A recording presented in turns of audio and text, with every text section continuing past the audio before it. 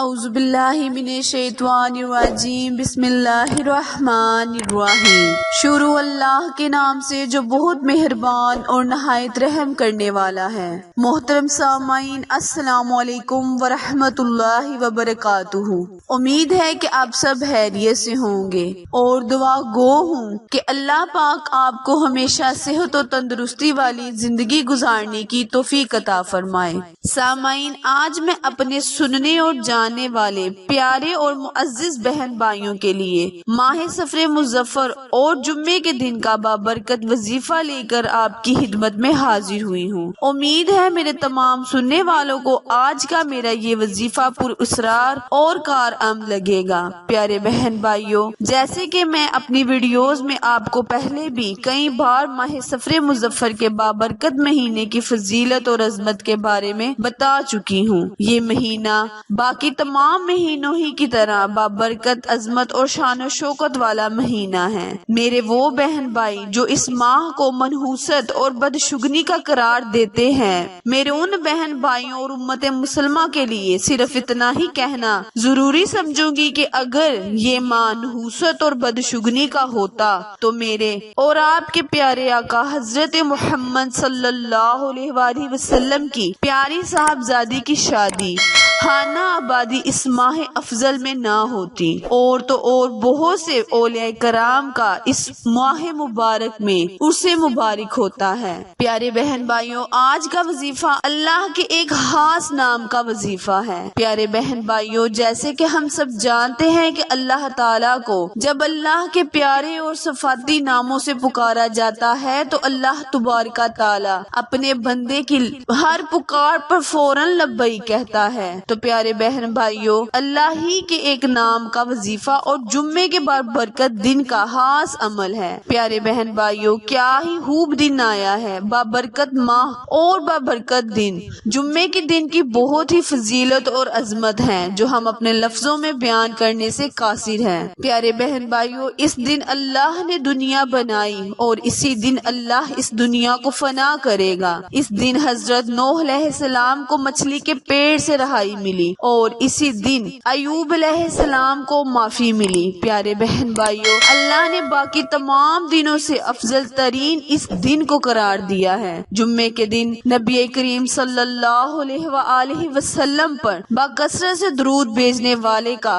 اور اس کے باپ کا نام پہنچایا جاتا ہے اور اس کے پڑھنے والے کے ساتھ ایک فرشتہ قائم کر دیا جاتا ہے جو قیامت تک اس کے اور اس کے ماں باپ دونوں کے گناہوں اور ثواب نیکیاں لکھتا رہتا ہے۔ پیارے بہن بھائیوں، جمعے کے دن جب بھی آپ کسی مشکل میں مبتلا ہو، جب درد حد سے بڑھ جائے، چھوٹی سی چھوٹی مشکل بڑھ جائے، آپ صرف وضو کر کے 2 نوافل ادا کریں اور اپنے اللہ کو پکاریں، اللہ کو بتائیں آپ کیا چاہتے ہیں، رات ہو یا دن، کسی بھی پہر، کیونکہ اللہ ہمیشہ آپ کے ساتھ ہے۔ آپ ایک بار اسے رجوع کریں، باقی کی بات اور نیت بخوبی ہی واقف ہے، وہ کبھی اپنے بندے کو تنہا نہیں چھوڑے گا۔ درود پڑھ کر اپنے اللہ سے رو کر گڑ گڑا کر التجا کریں، اللہ آپ کی تمام دعائیں، تمام مشکلیں فوراً حل کر دے گا۔ یہ میرا آپ سے وعدہ ہے، یہ میرا آپ سے وعدہ ہے۔ بس نماز پابندی سے پڑھیں اور درود و سلام کے نذرانے پیش کریں، پھر دیکھیں اللہ تعالیٰ اس ماہ مبارک اور اس دن کے صدقے اللہ تعالیٰ آپ کی کیسے مشکلیں حل کرے گا، چاہے وہ آپ کی اولاد کے بارے میں مشکل ہو،